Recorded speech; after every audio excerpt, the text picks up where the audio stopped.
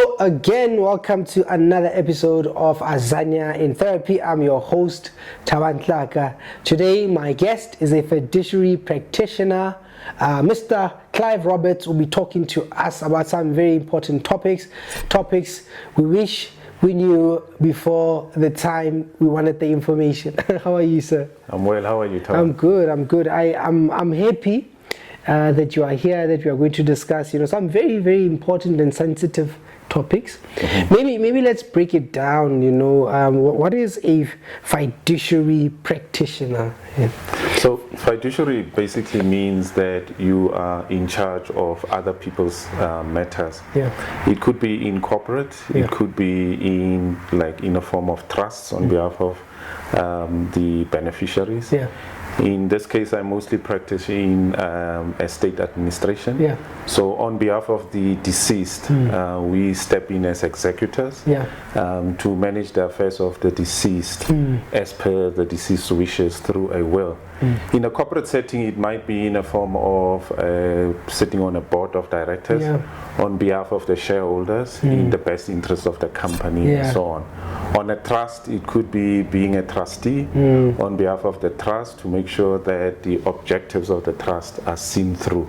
So in summary, as a fiduciary practitioner is a person who takes care on behalf of someone else's interest in the manner that are lawful and in the best interest of that organization or person.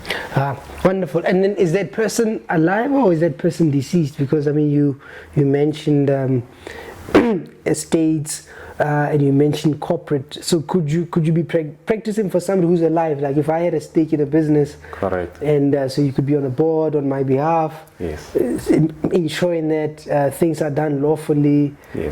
I see. Correct. So from a corporate setting, usually the people are alive. It's a shareholder.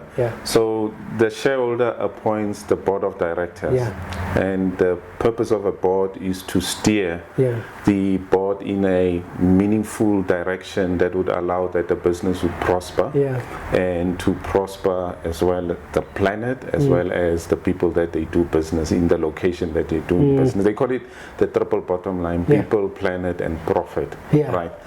And then the board appoints a CEO who is assuming the executive role of running the company, and they check into the board from time to time. So the board, when the shareholder appoints a board, he cedes actually his rights to the board. So you are now taking fiduciary responsibility on behalf of the shareholder. I see. There's a saying that says the buck stops with the board, not the shareholder, with the board in that setting. Now, the deceased administration part is the person is deceased. And this person wanted a few things to happen. And usually they write a will and they express what must happen to their estate. And we as executors, when we get appointed on behalf of the Master of the High Court, have to see through in that manner. Sometimes there's no will, then there's a specific law that deals with the distribution and liquidation of that estate. Again, we need to make sure that within the confinements of a few laws, we liquidate and distribute the estate accordingly. So in that sense, that's where the people could be alive in a sense in a corporate setting, which are the shareholders, and the people could be deceased in a deceased administration environment. When you say that, you remind me of I remember there was a story. It was trending, and it was a lady's husband was deceased, and there was a conversation or a dispute around. So this gentleman had a business. One of these businesses where you get to take money, or you take your property and they can give you money, or something like that. So this lady's husband had died, and she was under the impression that he owned part of the business.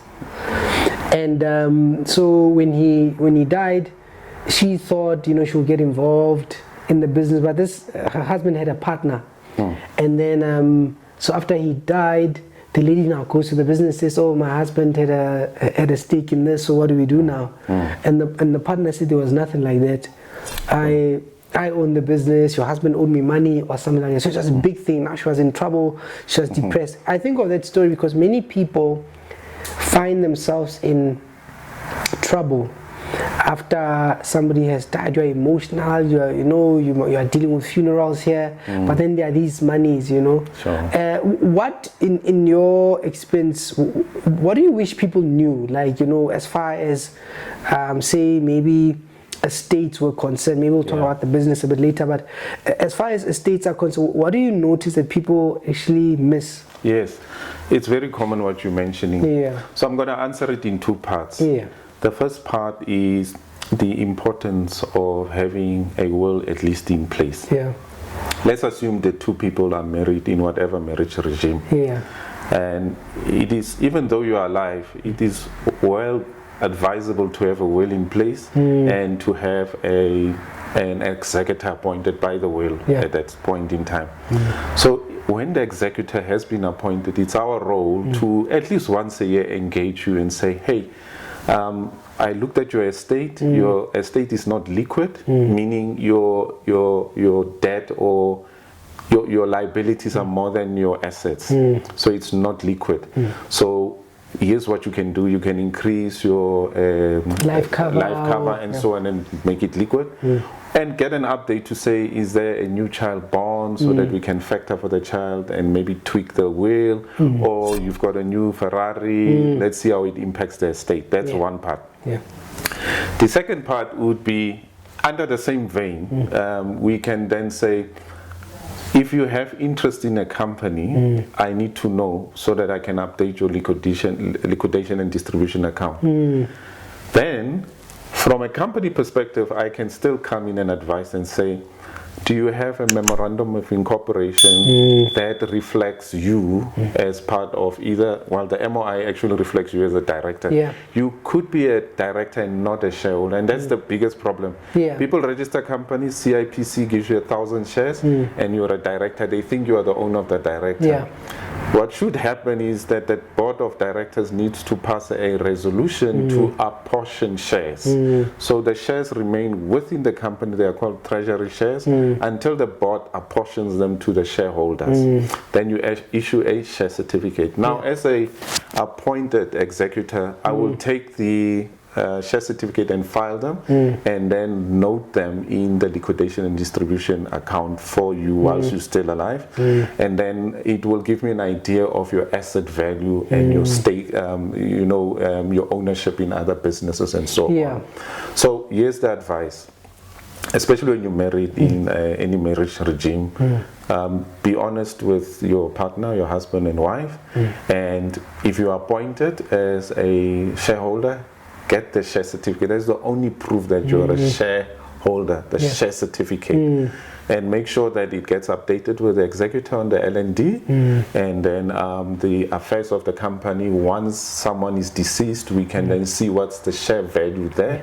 Oh, and lastly, once you're a shareholder, you need to have a shareholders agreement, which says, when I die, I want my whole thing, my whole interest to be liquidated and pushed into the estate, or keep them and appoint my wife to take over from the business and so on. Shareholder certificate, shareholder agreement will govern that. So people don't talk about that. It's nice, you come together, you start a business, we're all excited. Documentations and agreements are not being signed off to establish a framework of engagement.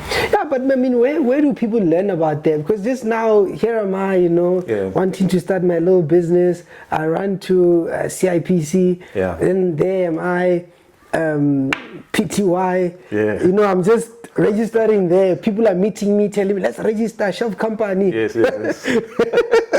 When would I know about, but their shares, now business picks up now. Yes. And people invested or whatever it is. And later on, it's like, but nobody explained, Correct. Where should somebody learn about stuff like that? Publicly, one should learn through SEDA, Small Enterprise Development Agency. But we all know that some of those departments are not fulfilling their duty and mandate. What they usually do, they appoint a consultant, a person of my nature, to either do roadshows to explain this, or to reach out to help you with a business plan and so on. But it has collapsed a while back, and so that's the first part where we need to learn. Alternatively, I'm planning to run, webinars for free, just to explain how these things come together eventually. Have a legacy in place whilst you're still alive, and how to manage it and take it forward. So the webinar, I'm planning to have a schedule planned already for later this year, next year. No, I wish I wish you do that and you let us know. We can also let people know, because I remember we were, when I started working, a colleague once said to me, "Look, you are starting off. Why don't we start a business together, and we start a practice? I mean, like a group practice.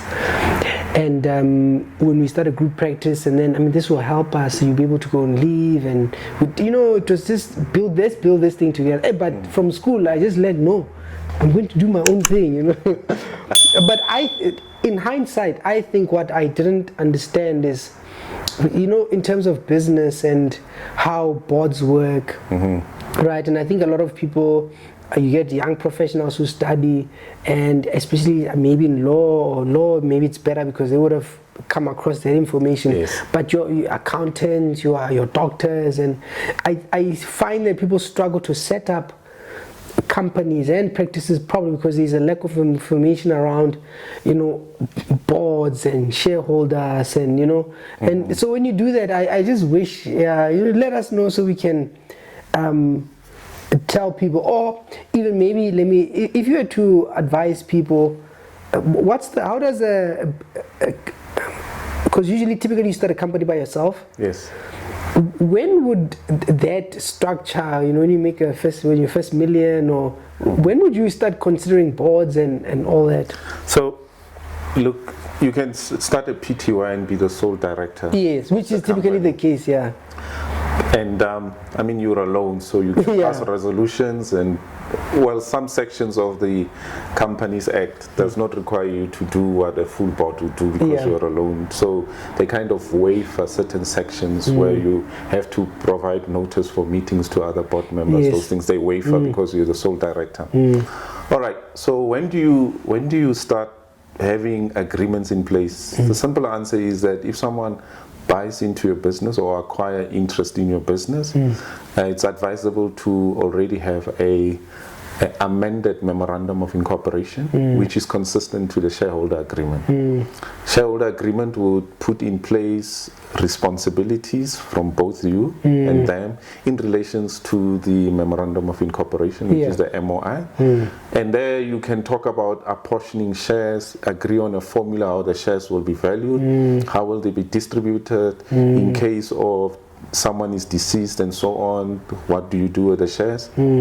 And indemnify yourself from other things that might affect your partner. Let's say your partner is insolvent, you can then indemnify such things and so on. So the moment you have partnership, you have a shareholder agreement in place.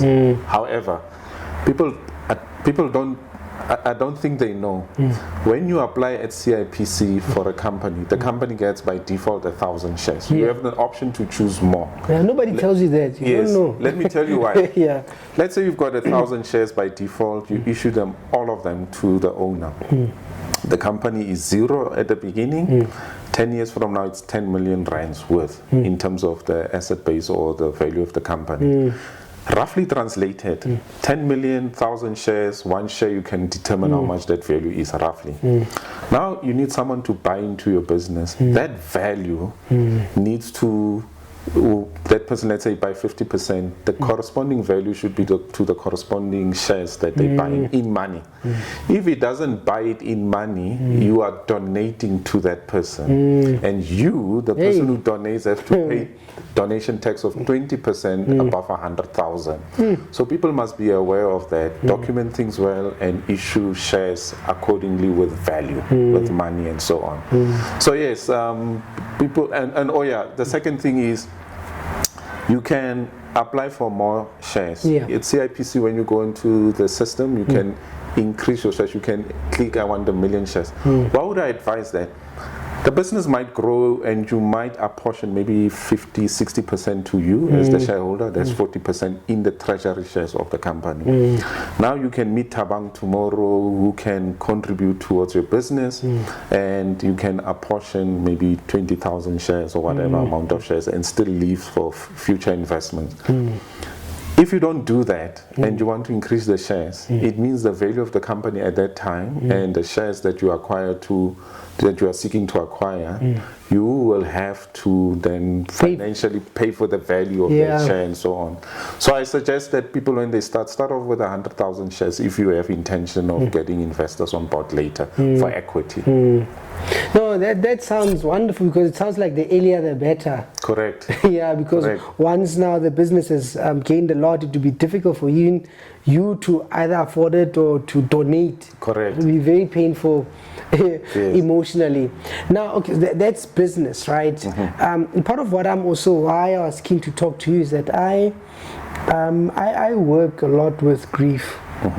And so a lot of people who are grieving, and part of the therapy, or where people struggle, is more the people are hurt by what they were left with, what was not clear, what was not disclosed, what was not the person wasn't informed. There's a whole thing about money, and that time you're emotional, and in South Africa we have all these interesting, let's call them setups. Yes. There's you, there's your wife, there's another lady with a child. What do you think about that whole? What are your thoughts around just after people die? But they don't have wills in place. What normally goes wrong there? Yes, so if you die without a will, okay, let me maybe start from the beginning. Yeah. If you are married, there is predominantly 3 regimes you can get married into. Yeah. The first is what we know, community of property. Yeah. And I'll explain. People think it's 50-50, it's not. I will explain that. The second one is out of community of property, and it has 2 versions of it. One is with accrual, the other one is without accrual. Let me make an example. The one with accrual, it will say, we are getting married, I've got assets, you've got assets, we exclude them from our joint estate. Yeah. Right? However, when these properties that we exclude accrue in value and we divorce, for argument's sake, the accrued part of the excluded assets has to be taken into account in the dissolution and settlement of the divorce. That's with accrual. Yeah. Without accrual simply means that whatever you have and whatever I have, and I've excluded it from the joint, from our marriage regime, will remain as is. However, it becomes a little bit difficult when there are kids, because then the judge has to look out for the best interest of the kids, and he will look to your assets to be able to glean something for the children. So, without, whatever you brought, you leave with. Okay. The difficulty with that, by the way, is that now you have to keep a balance sheet. Yeah, these are my things. Yes, I live with you. This is my fridge. I bought grocery on this day and so on. Because one day, if we divorce, I can claim from you to say, well, I bought a lot of things for us, even though they are excluded. Therefore, I want to claim those portions from you. Yeah. Now you have to bring some evidence to the table. Now, the exclusion part, in other words, the out of community of property part, you need a notary attorney who will then write a agreement. He will take into account your balance sheet, their balance sheets to exclude. That's out of community of property. In community of property, simply means we've got a joint estate, right? When one person dies, half of that estate belongs to the other person. So, for example, the husband dies, by default, half of the estate belongs to the wife. However, now then they look at the surviving, the deceased's estate. Yeah. If the surviving spouse first gets the first 250,000 of that estate, if you die without a will, okay, then they add, if you have children, they add the surviving spouse as a child share. So the surviving spouse would be deemed as a child in addition to your children. I see. Into your estate minus the first 250,000, and then you divide them per the child share. If there's 3 children, the surviving spouse will be counted as the 4th child. I see. So they'll get a portion, and they'll get another portion with the kids. Yeah, correct. With the children. So it's not 50-50. Do you see already? If there are no children, and it's just the surviving spouse, they can apply. They can use what they call Section 18.3 of the Deceased Administration Act, where the surviving spouse can inherit all of it if there is no descendants. Now, there's also an ascendant, meaning if the parents are still alive, so they will dissolve the descendants, then ascendants. If there's no ascendants, it's going to go to your siblings, no siblings, first cousins, second cousins, and then it's going to go to the state, in case they can't find anyone to dissolve it or to apportion it to. So those are within a marriage regime. Within the marriage regime as well, is if someone has a child outside marriage, they are counted as children within the estate, and they tend to benefit as well. So as executors, we have to find them. The child, and no, not the parent of the child. No, the children. Only the children. Yes. Okay. Not the other one. Not the nyats. Not the nyats. I don't know what they call the guy. Yes. You know. Yes. So the children are seen as equal biological children within the regime, even adopted children. So the law is more pro-children, so the children should tend to benefit from the estate wherever they are, in or out. Yeah, I think that's an important thing, because I mean, as far as children are concerned, because you'll hear very horrific stories about, you know, people grew up in the same house, and you know, their parent dies, typically the father. Then they come back to have these family meetings. You know, there's this meeting that happens after the funeral, and they start saying, you are actually not part of this family, because you come from wherever, or you were born from another mother. Exactly. And then now you must leave. Things like that, you know, how so the estate would count for them, because you say, even if it's, but I mean, there you are even the biological child of the person, so that's not an issue. But if you're adopted, you still of the same value. You are a child of the family, and I mean adoption through the legal process, not the way we do it, because usually the way we do it is more like my aunt's child, I'm taking an adopt. No, there must be evidence that points to that this child was legally adopted into that family. So that's within a regime, a marriage regime. When you're outside the marriage regime, it means the estate belongs to you only. You're not conjoined to another person through an estate. It's your estate. Now let's say you've got 5 children with 5 baby mamas. All your 5 children will benefit from your estate as heirs. Or as they call them, legatees. You know. And so you would have to identify them, you call them together.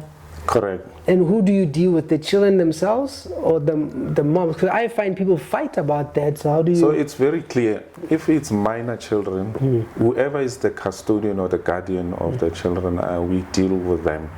We don't negotiate. We just follow the law in apportioning what's rightfully theirs. So that's the first thing. By the way, do you know the Customary Marriage Act as well? That's an issue, because a person dies and says, I was married through lobola, what. This where are the pictures, you know, and so on. Did you swap chicken meat, and did you gifts, and it's also a struggle. Where's the letter, you know? Yes, and most people marry through that regime. 2 things to note. If you're a woman and you get married through that Customary Marriage Act, you open yourself up for future, for his tembo, as they put it in Zulu. The husband has a right to marry other women. It just depends on how you talk about it and so on. So it means, Customary Act means the husband has the right or opportunity to marry more than one wife. Lobola. If you marry in the Marriage Act, it means one wife, one husband only, conjoined into one regime. Okay, so I need to make that clear. People forget. Very secondly, important. Secondly, if you marry in that manner, usually families come together, there's some negotiations and there's some celebrations around that. You are married, you are deemed married when those three elements come together at the same place. You probably remember this guy from Mahikeng, WHP. The WHP, and there was a whole thing with him. Correct. Even Ricky Rick, there were questions around that. Yes. But more to WHP, so there were questions about that. Yeah. And then this other lady, I forgot her name, she's a TV personality, married to some white guy, and then the guy said we were married because he was claiming from a estate, so on. So what I'm trying to point there is, by default, if you don't register that type of marriage with Home Affairs, it is deemed to be in community of property. If the guy decides to marry another wife, and there's two wives, you will be treated equally and equitably. Okay, let's assume it's one, and you have children, and the guy has children outside that regime. Again, the same principle, those children are part of that estate. So what I'm trying to bring here, and people need to note, is that for your sake, in terms of, hardship, protecting your interest and so on, insist in registering that marriage, albeit through customary, register it with Home Affairs. It does not mean you will now fall under the Marriage Act. You will still be under the Recognition of Customary Act. However, it is registered, and then the estate cannot be disputed. I think it's an important conversation because I mean, I find that this is what happens. A couple comes to therapy, right? And she will be saying, let's go sign. And he says, no, we'll do it. What's the rush? Correct. And I've seen that so many times, and I was just wondering, how come, why is there a struggle there, where I find that many women want to go and sign. Correct. But men are a bit reluctant. I don't know if you've noticed that, or if you have thoughts around that. I've got a bit of advice there. Should you get involved with a person, I highly recommend premarital counseling. Because you could be asked questions that you as a couple would not ask one another. Ordinarily, and those questions might come in the marriage regime, then it's disastrous. So it's like, let's discuss divorce before we get married. What is no before we get married? And some of those things can be mentioned to say, this is what I would desire, are we happy together, and so on, and answer those things. And then there's an expectation after this, we're going to sign, for argument's sake. But most importantly, it touches on elements in terms of personal ambition, upbringing as a factor into it, how to manage finances, who will be more suitable to manage the finances, spirituality. In some instances, it could touch on deceased administration and planning thereof, and so on, estate planning and so on. So a lot of things can be avoided by going through the premarital counseling, because I believe the framework of premarital counseling focuses on what do you disagree on extremely, and have a conversation around those things, so that if there's no alignment, maybe you can have a further talk. If there's alignment and you agree, you compromise and so on, then at least you can then step into that realm of alignment. And a follow up on that one, I don't know if you've observed as well, I've noticed that there's I don't know how legal is it, but there's a lot of mystery around finances in marriages, because I'm thinking about it because you brought up the premarital part, where people start having an estate outside of the marriage. I mean, can somebody do that? When you say estate, for example, somebody would open sort of like a trust. So somebody's married, but they have a trust. But the partner is not included in the trust. So I think you'd have to have maybe 3 people involved in the trust. Correct. So, I'm saying correct for a few things. One, so a trust is, you can start it outside marriage and within marriage. Let me make a practical example. Let's say I'm single and I start a trust for my siblings' children, for argument's sake. Let's say I don't have children. In the trust, you will mention the purpose of the trust, and secondly, you will identify the beneficiaries of the trust. Then you can appoint trustees who will then use their fiduciary responsibilities to foresee, to make sure that the trust actually does what it says it would do. Now I get married. Okay. All the assets, let's assume I put some assets into the trust. Remember now, when I seed some assets into the trust, they are not of, I don't own them anymore. They belong to the trust.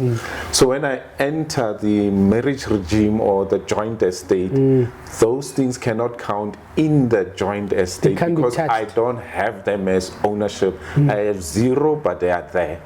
So they are excluded by default in whatever marriage regime there is. So let's say I do a business deal, it goes bad, they need to sequestrate, come after me. I have zero assets that they can. Theoretically. Yes. They are there, but they're not mine. Yeah. I might be a trustee and have some form of fiduciary responsibility, but you can't touch them because they're not mine. They are for the purpose of the trust for the beneficiary. So in that way, there's one way of excluding certain things that are important for beneficiaries in a marriage regime. Just to follow up on that. Some people might ask, yeah, you know, we want to get married, but we want to have businesses, so now we've got risk exposure. That's one of the things. So then they battle to choose out of community, and then the other one says, oh, you don't trust me, so now therefore we're going out of community and exclude and so on. Very topical. And they start crying. Yes, yes. One thing that one could consider, and I'm not discounting other avenues, is to say, if it's that important to be in community of property, it's not a problem. We can start a trust. The trust can own our companies. These companies will then trade there and overflow the proceeds into the trust. And then it's separate from us. A company or a trust is a distinct juristic person. When they say juristic person, they mean it's like a human being who pays tax and so on, but it's distinct, it's separate from the individual who started it. So you can separate your business interests through a trust in that manner. All the assets will be then under the trust and not you personally. So your risk exposure could be dealt with in that way, in that manner as well. Yeah, because I find that sometimes, you know, people struggle with that, and it's like this mysterious thing where spouses don't trust each other. Now, the other thing that I'm curious about is, I don't know if it still happens now, right? When somebody's deceased, where the siblings of the person come, because if you're grieving, part of the struggle with grief is that we get angry and we want to blame somebody, God, the doctor, the nurse. Sometimes it's the wife, the husband, you know. So the family will come and say, my brother had this car and that car and that car, and some people still get away with it. They say no, but we are coming to take them. The car, yeah. And is that still prevalent, or is something that used to happen long ago? It used to happen long ago, and before 1984. The Marriage Act was a little bit different. The husband was in charge of everything, the estate alone. So that changed on the 1st of November 1984. So what happened is, with the new laws governing marriage and dissolution of marriages in the form of Divorce Act, etc., the emphasis is more onto conjoined estate, where both of you are responsible for the joint estate, or separately depending on the marriage regime. So power has been given over to the other spouses in this case. Now let's come back to that. It happens a lot. A lot of people don't even know what to do, especially when I'm sorry, I'm going to use a woman is grieving the wife. You're sitting on the mattress. You're on the mattress. You keep quiet. It's actually happening a lot for those scenarios, and so they don't have the right to take the deceased's assets. Especially if you are married. They don't belong to them. They belong to the joint estate. Yeah. And the joint estate can only be dissolved when the executor winds up the estate. Yeah. Okay, so what does it mean? It means the executor will go to the Master of the High Court, get an executorship letter, and within the executor letter there's either two things they can do, is either follow the will or follow the law of dissolving the estate without a will. It's called interstate succession law. Yeah. Those ones will then apportion first to the children, okay, which is the descendants, to the spouse, and then the ascendants, then siblings, then first cousin, second cousin. If not, if no one is available, then it will go to the state. So ownership, what we do is, let's say a car has been given to the son and a farm to the daughter, etc. We as estate executors needs to go then transfer ownership through a conveyance lawyers to the rightful owner or person who benefits from it. Likewise with the car, we then go to the local traffic authorities to transfer it, because we act in fiduciary, or we have power of attorney over the deceased and his wishes. If the deceased in his will mentioned that his brother or sibling or whoever from his bloodline he stands to benefit, and it is equitable for that person to benefit, then rightfully so we will transfer or distribute that asset to that person, register it in that person's name. So yes, I know what you're referring to. People come, they take Makoti must shut up, and then they move on. It's not lawful. There's a way to handle those things. They start by saying, let's give us the car, we are organizing for the funeral, we need to fetch this and that. All of a sudden the car is not coming back. No, so what I suggest, if you have an executor of your estate, that person needs to step in already from the day of funeral.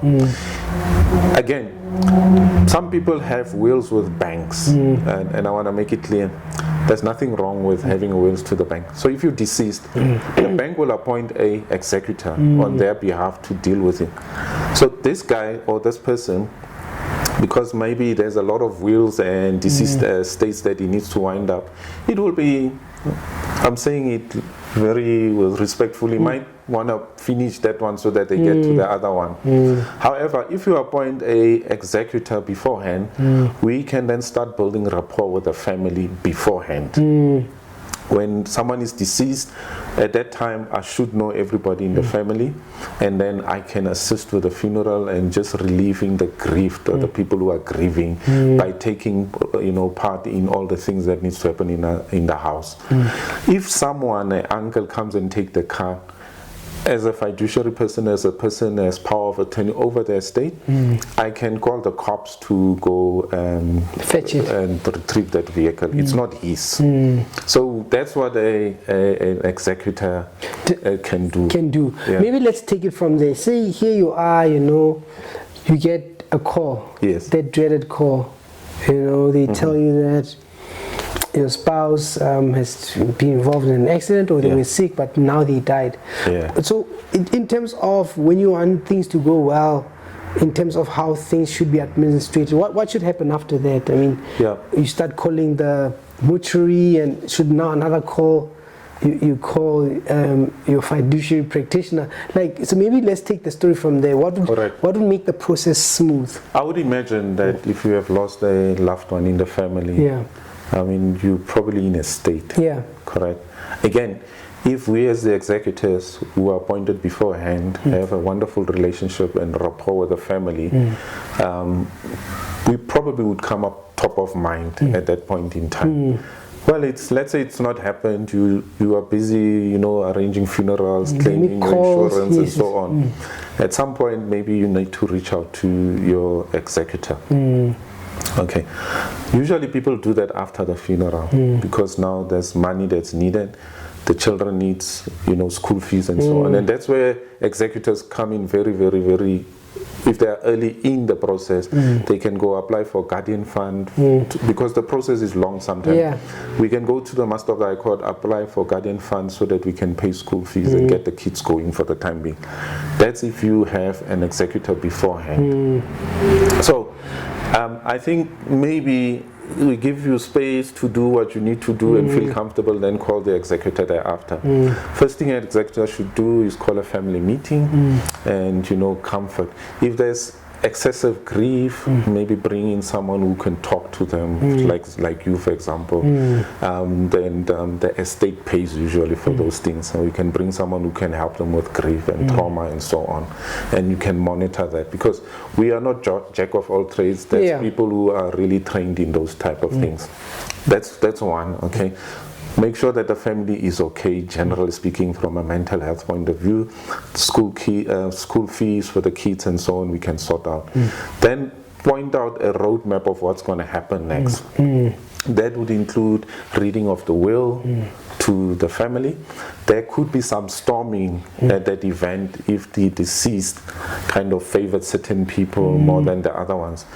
We as executors could maybe over a period of time and see who from the kids, siblings, you know, benefited the most, and we can negotiate with them to redistribute the benefit that they're getting. It's called we can make them sign a redistribution agreement. Let me make an example. Let's say, it's very important that you clarify that one, because I was going to, as you explained, I was going to ask you, can you go against the wishes of the deceased? Because you said now if you'd have to negotiate with whoever. Absolutely. So we can say your father, you know, if it was unfair. Yes, your father took you to Harvard, the other ones went to TURF, you know, and you got more this, more that, and so on. What you can do is, you know, negotiate with them and say, hey, let's level the playing fields in terms of the benefit that you guys will be receiving.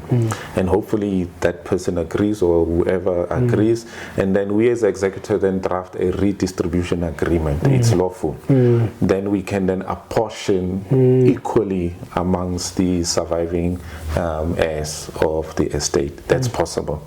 Is equally, or maybe finish your thought. Yes. So equally based on the estate value, the residue, well, the apportionment of the estate plus residue of the estate. So you can then level it out based on what is available to distribute for those people. Where I caught myself was, I wanted to say, in situations where, say, you have children, right? There's 5 of them, let's say 2 of them. Yes. One very responsible, one addicted to whatever, can't handle money or has problems with whatever.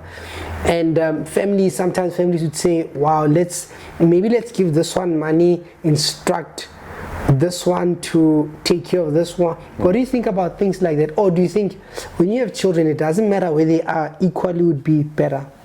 So to avoid conflict and all that. Correct. So number one, the will takes precedence. If the deceased said you will get 5%, then you will get 5%. It's my job to ensure that it might be unfair, but I'm standing on behalf of the deceased.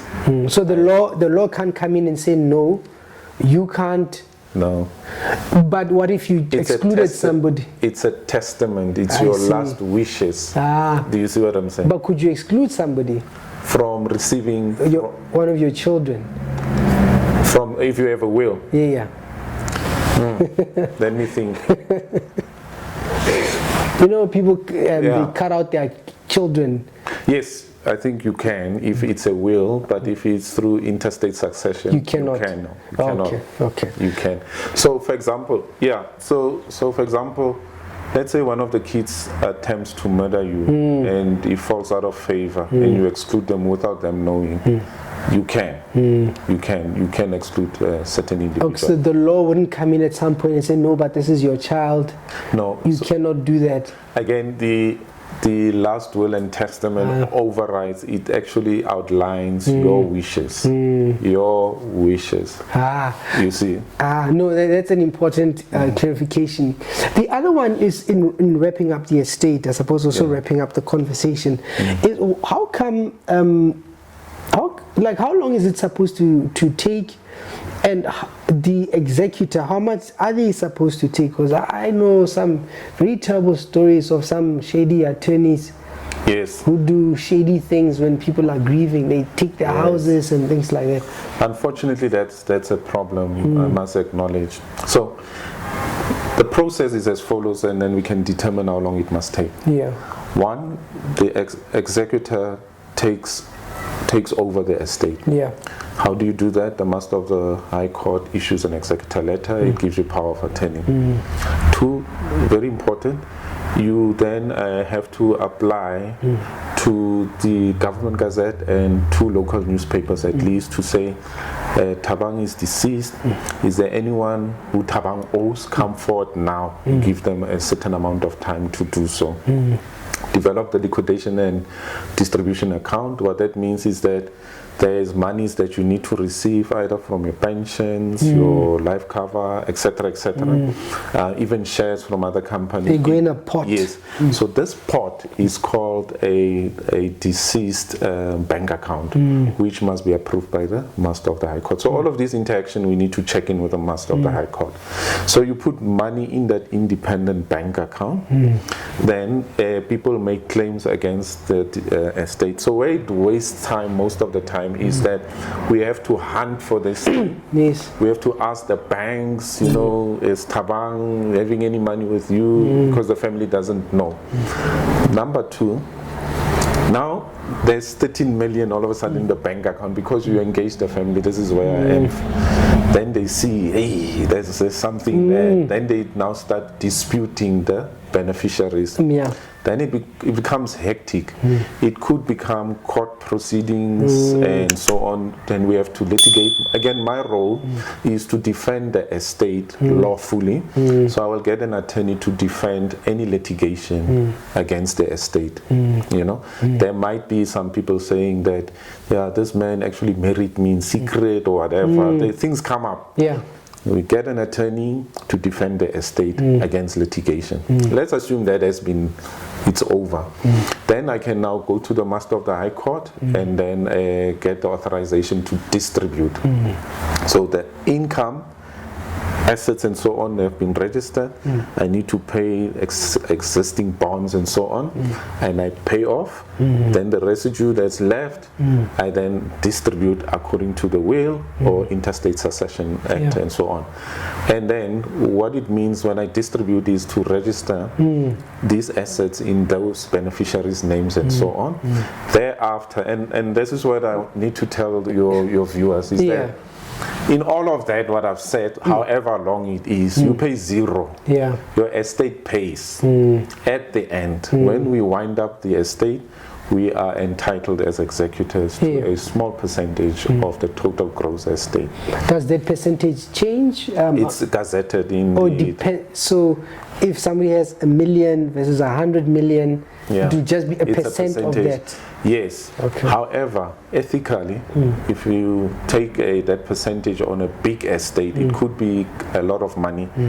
And what we need to do is to carefully keep records of what we've done. You don't have to claim the whole percentage that is stipulated from that estate. What's the percent? But other people do anyway. Yeah, but what's the percent? So it is 3.6 or 3.9, I'm just not sure. There's one without VAT. 3.6 is for the interest, and 6% is without interest, 3.6 is for the total gross estate. Okay, so it's not like 10 or 20. No. But then, and I need to, under the same vein, speak to the viewers about this, that it is always important to start early with a will. People don't like doing wills because it's a difficult discussion. You're talking about death and the person would say, I'm still alive. Why are we talking about death?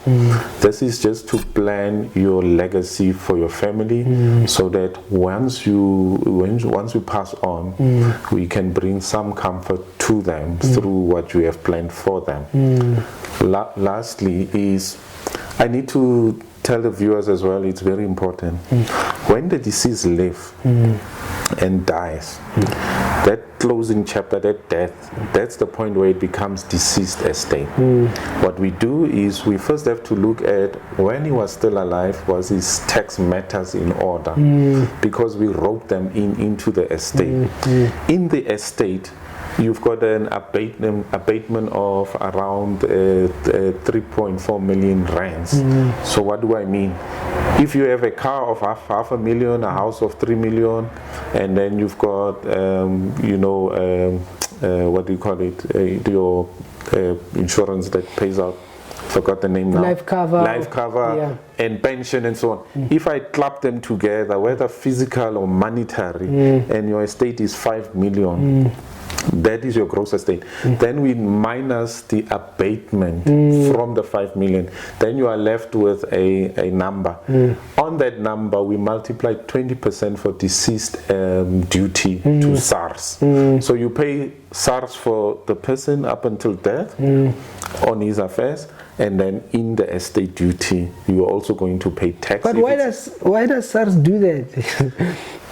I have no idea. seems I suppose you're saying death and taxes are those are are short. But so even before, so whatever you didn't cover and what you need to, so you might think you've left something for your family, but SARS will take a. That's why your life cover must be higher than your debt levels, at least decently 30% more than what your debt is. I see. That's the reason of life cover. It's covering your debt. So if your debt is 5 million, and it's quick to get millions, most people have an asset base of more than $1 million and they don't realize it. Your car, your house, or if you combine those two already. So it's $1 million. So they are millionaires, you know. So already your estate can grow. The pension, you must remember, anything that is due to you comes to your estate and it can compound very quickly. So now if your debt is 5 million, try and get 8 to 10 million rands of life cover so that the 5 can cover all the debt, the 20% can be covered within the balance, and then you can leave something decent that I can distribute to the family. No, fair enough. That makes sense. And earlier you had said that people struggle to have this conversation. I find the other reason, particularly amongst the older generation, when you sit with grannies and they explain, so how come, they'll say things like, my children are fighting and I'm scared if this one is taking care of me, this one, if I sit down with them and I tell them, my wishes and things like that, they'll kill me or they'll fight, so I don't want to have the conversation because it will just cause drama. So they'll just see, I've got my will, they'll just see them, but I don't want to deal with their mood or emotions, And unfortunately, that's the case, right?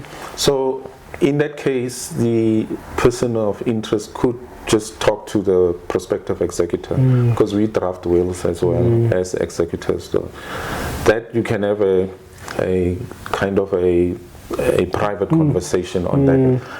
Let me give a scenario which is also prominent in townships and so on. I recently did a will for a granny. She's 84 years old in Mamelodi. And then, so she said her house must be a family home, meaning it must never be sold. That's what they usually say. It must belong to everybody and so on. So she's got 4 kids who survived. She had a total of 7 kids. The 3 are deceased, but they have children. So those children stand in the stead of the deceased parent. So I called a meeting with all of them and said, Coco saying 1, 2, 3, you just need to know, are you happy? Yes. Drafted the first draft of the will, shared it with them. Second one, they were happy. So I called the pastor to sign the will and the neighbor who have witnessed, because you need, most wills are kicked out because you didn't have the will, the act, wills act, the will that you drafted, it was not in conformance to the act. For example, the names and the people must sign must be there, not, you can't go sign the will then tomorrow and the people were not there, it's invalid. And that's where most of the arguments come from, by the way. So in that, I've said in the will that if Coco is deceased, we force the hand of the estate to start a trust and push that house into the trust because she doesn't want it to be sold. Once it's in the trust, it can be sold. The beneficiaries of the trust are the people who survived Gogo and their children. In the trust, it opened an opportunity to say, if one of them, for example, all of them are well off and the other one stays at the house, they have an option to say, you pay rent to us because we're not staying there.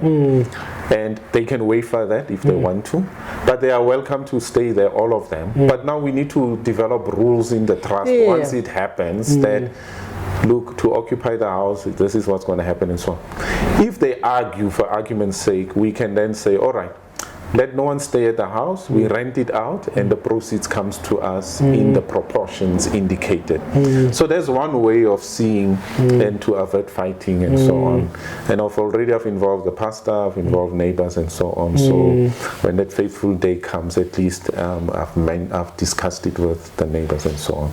Beautiful. I think that's also a wonderful place to kind of park the conversation, but very insightful stuff indeed, because we don't really get to hear about this, and when we do, we're in such a crisis and people are depressed. And so thank you for taking the time, and to explaining and guiding. Thank you very much. It's a pleasure. Thank you so much for having me.